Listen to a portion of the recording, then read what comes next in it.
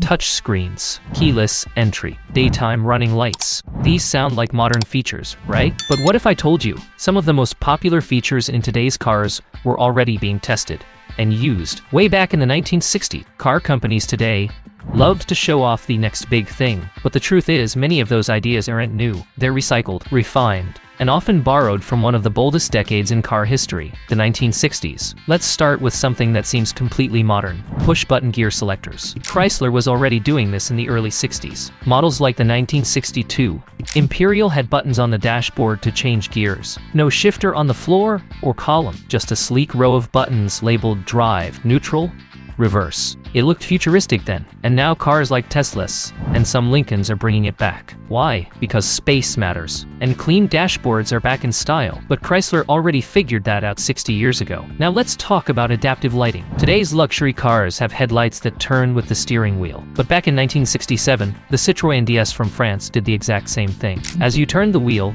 the headlights swiveled, helping you see around corners. It was high-tech, and even today, most people think this is a recent luxury innovation. But the 60s were ahead of the curve. Even keyless entry has roots in this decade. No, you couldn't unlock your car with a fob, but Ford introduced something almost as clever. In 1965, you could get a keypad entry system on a few luxury models. You'd enter a code to unlock the doors. Sounds familiar? On the wall, it's the same system still used on modern Lincolns and some Fords today, just with better tech. And speaking of doors, here's a feature that people still talk about: suicide doors. Yes, the name's a little dramatic, but the idea, practical and stylish. On the 1961 Lincoln Continental, the rear doors opened backward. It gave passengers more room to enter and exit, especially for formal events or when wearing a dress. Today, Rolls-Royce still uses rear hinge doors on their luxury models, and every time you see one, you're seeing a direct link to 1960s American design. Now, let's go inside the car. Hidden dashboards were all the rage in the 60s. Look at the 1963 Corvette Stingray. It had a dual cockpit interior and gauges that looked like they belonged in a fighter jet. Today, digital clusters and customizable screens are doing the same thing, giving the driver a cockpit feel. But this isn't new, it's evolution. Then there's center consoles with storage, something every car has today. But it started getting serious in the 60s, when automakers began designing interiors with the driver's convenience in mind. The 1966 Oldsmobile Toronado had a deep center storage area with integrated armrests and switches. Cars weren't just machines anymore, they were becoming personal spaces. Now let's go under the hood. You think front-wheel drive became popular in the 80s? The 1966 Toronado did it first in America, and it did it in a full-size muscle cruiser. At the time, it was radical. A V8-powered front-wheel drive car. Nobody else dared. But now, front-wheel drive is standard on most sedans and crossovers. Oldsmobile was just ahead of the game. And what about cruise control? Believe it or not, Chrysler invented the first real cruise control system, and by the early 60s, it was available on high-end models. It worked with mechanical linkages and vacuum lines, but the idea was the same: set your speed and relax. Today's adaptive cruise systems owe their entire concept to those early, clunky but clever systems. The 60s were packed with these kinds of breakthroughs, features we now take for granted, and in many ways, those innovations were even bolder than what we see today. There were fewer computers, less automation, and more mechanical creativity. Car companies weren't afraid to experiment, and sometimes those experiments worked so well they've lasted 6 decades. But we're just getting started, and the one idea from the 1960s that Tesla, Mercedes, and BMW all copied, without giving credit. Everyone talks about modern safety features like lane assist, parking sensors, and crash protection. But the 1960s? They were already planting the seeds for all of it. Let's start with something simple: padded dashboards. You wouldn't think it was a big deal, but back then, dashboards were made of metal, cold, hard, and dangerous. In a crash, your face would hit solid steel. So in the early 1960s, manufacturers like Ford and Volvo began padding dashboards with foam or vinyl.